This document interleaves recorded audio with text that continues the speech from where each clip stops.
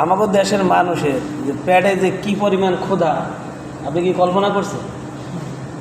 এই দেশের মানুষ এই দেশে বসবাস করে তাদের জাতীয় সম্পদ পাথর পর্যন্ত খেয়ে ফেলেছে।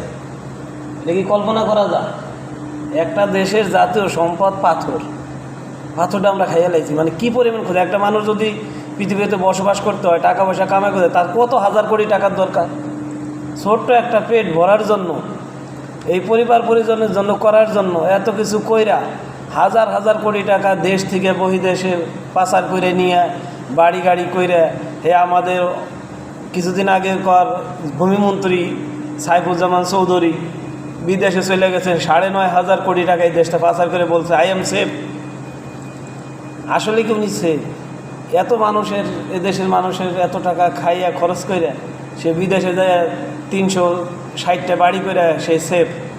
আর আমাদের দেশের এমন কিছু মায়ের সন্তান আছে যাকে পেটই ভরে না, তারা পেট ভরার জন্য পুরো দেশের পাথরই খেয়ে এলেছে। আমাদের একটা জাতীয় সম্পদ সাদা পাথরের একবারে নিপাত করে দিছে খাইয়ে, তাদের পেট আর ভরে না। কত হাজার কোটি টাকার দরকার, কত টাকা হইলে তাদের পেট ভরবে?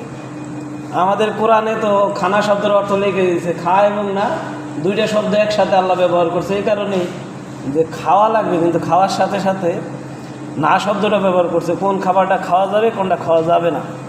মানুষকে আল্লাহ সর্বশ্রেষ্ঠ জীব হিসেবে বানায়ও সে বুঝাইতে পারলো না যে তুমি কি খাবা আর কি খাবা না।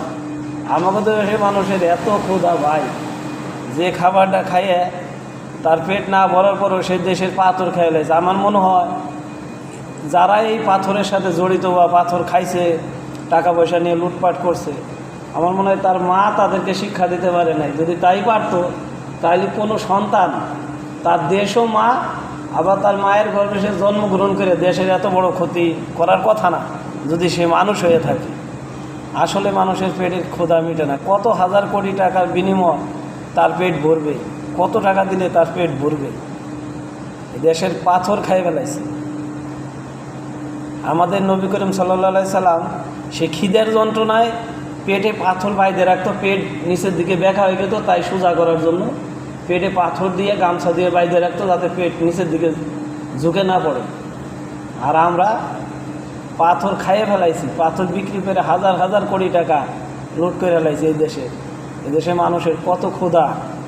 আসলে কি এরা আমাদের দেশের মানুষ? এরা কি আমাদের দেশের সন্তান?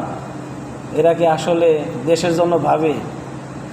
আমরা যারাই যে কাজই করি না কেন, অন্তত কাজটা করার আগে যেন পিছনের কথা ভাবি।